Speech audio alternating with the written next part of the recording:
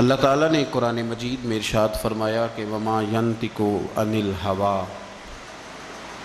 فرمایا میرے محبوب علیہ السلام اپنی مرضی سے نہیں بولتے، ان ہوا الا وحی یوحیٰ، بلکہ یہ تو وہی فرماتے ہیں جو ان کی طرف وحی کر دی جاتی ہے، جو اللہ کی طرف سے ان پر وحی کی جاتی ہے یہ وہی بیان کرتے ہیں۔ نبی پاک صلی اللہ علیہ وسلم کی جو حدیثیں دنیا کے اندر موجود ہیں تو ان میں سے کوئی ایک بات بھی ایسی نہیں کہ میرے محبوب نے اپنی مرضی سے کی ہو۔ خود نبی پاک نے فرمایا حضرت عبداللہ کو، فرمایا لکھ لیا کر، میری باتیں لکھ لیا کر،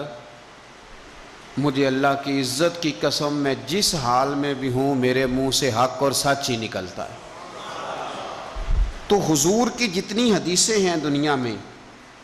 آج، چونکہ بہت سارے لوگوں کے اقوال ہمارے سامنے آ گئے ہیں، میں منع نہیں کرتا کسی بزرگ کا، کسی درویش کا، کسی بڑے کا قول آپ بیان کریں، اچھی بات ہے، ہم بھی بیان کرتے ہیں، لیکن یہ بات یاد رکھ لیں کہ قرآن مجید کے بعد جو چیز آپ کو سب سے زیادہ یاد ہونی چاہیے وہ میرے نبی پاک کی حدیثیں ہیں۔ اور سنیں حضور نے کیا فرمایا۔ نبی پاک صلی اللہ تعالی علیہ وسلم نے دعا دی، کہا اے اللہ اس آدمی کے چہرے کو چمکتا دمکتا رکھنا۔ کیا دعا ہے، اور دی اس محبوب نے ہے کہ جو جب دعا کرتے تھے تو اعلیٰ حضرت بریلوی فرماتے ہیں قبولیت نیچے آ جایا کرتی۔ حضور نے دعا دی، کہا اے اللہ اس آدمی کے چہرے کو چمکتا دمکتا رکھنا جو میری حدیثیں یاد کرتا ہے اور پھر آگے بیان کرتا ہے، اس کے چہرے کو چمکتا دمکتا رکھنا۔ یہ رسول پاک صلی اللہ تعالی علیہ وسلم نے دعا دی۔ میرے عزیز، امام بخاری رحمۃ اللہ علیہ کے ایک شاگرد تھے محمد بن عباس، وہ کہتے ہیں مجھے امام بخاری نا حدیثیں لکھوایا کرتے تھے اور میں حدیثیں لکھا کرتا تھا۔ جب آپ حدیث پاک پڑھتے ہیں یا حدیث پاک سنتے ہیں تو کئی دفعہ ایسے ہوتا ہے کہ آپ کوئی واقعہ اچھے طریقے سے پڑھ رہے ہیں، حضور کے دور کا صلی اللہ علیہ وسلم یا سن رہے ہیں، ایسے لگتا ہے کہ وہ منظر آنکھوں کے سامنے گھوم گیا ہے۔ تو امام بخاری رحمۃ اللہ تعالی علیہ اپنے شاگرد کو حدیثیں لکھوا رہے تھے تو ایک خاص حدیث پاک کے لحاظ سے آپ نے فلسفہ بیان کیا۔ انہیں چونکہ حدیث پاک کے مشن سے پیار بڑا تھا امام بخاری کو، فرماتے ہیں 500 دینار میری ماہانہ آمدن ہے، میں ساری نبی پاک کے دین کے طالب علموں پہ خرچ کر دیتا ہوں، یہ مشن سے پیار ہے۔ تو امام بخاری رحمۃ اللہ تعالیٰ علیہ کے شاگرد محمد بن عباس فرماتے ہیں میں حدیثیں لکھ رہا تھا تو انسان تھک جاتا ہے، کہتے ہیں میں لکھتے لکھتے لکھتے لکھتے امام صاحب چونکہ لکھواتے جا رہے تھے تو میں تھک گیا۔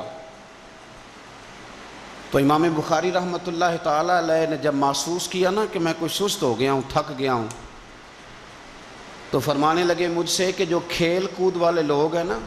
شاگرد سے کہتے ہیں جو کھیل کود والے لوگ ہیں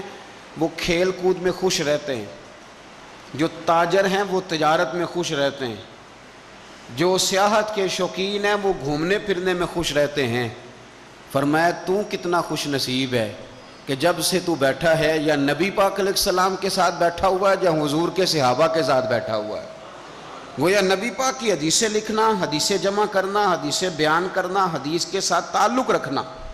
اس کا معنی یہ ہے کہ آپ نے نبی پاک کی صحبت اختیار کی ہوئی، آپ نے حضور کے صحابہ کی صحبت اختیار کی ہوئی۔ حدیث پاک کو یاد رکھیں، حدیثیں اپنے ذہن کے اندر بٹھائیں۔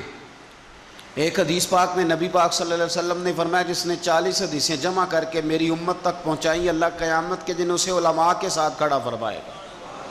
حدیثوں کو یاد رکھیں۔ میرا آپ کو مشورہ ہے کہ رات کو بیٹھ کے لکھیں آپ کو کتنی حدیثیں یاد ہیں، جو یاد ہیں وہ لکھیں، اور حضور صلی اللہ علیہ وسلم کی باتوں کا ذکر کریں۔ کسی شاعر نے ایک جملہ کہا تھا پر بڑے بہترین کہہ دیا، وہ کہنے لگا یا رسول اللہ صلی اللہ علیہ وسلم میری تو بات بن گئی ہے بس تیری بات کرتے کرتے۔